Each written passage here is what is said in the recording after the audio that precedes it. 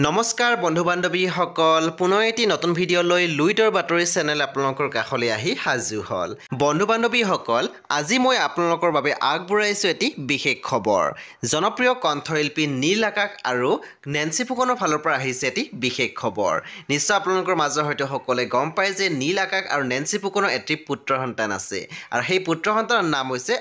অদ্বিকৰ বৰ্তমান অন্নপ্ৰসন হৈ গৈছে হয় বন্ধু বান্ধৱী সকল অদ্বিকৰ অন্নপ্ৰসন হৈ গৈছে আপোনালোকে নিশ্চয় স্ক্ৰীনত দেখিবলৈ পাইছে নীল আকাশ আৰু নেন্সি ফুকনৰ পুত্ৰ সন্তান অদ্বিকৰ অন্নপ্ৰসনৰ কিছু দৃশ্য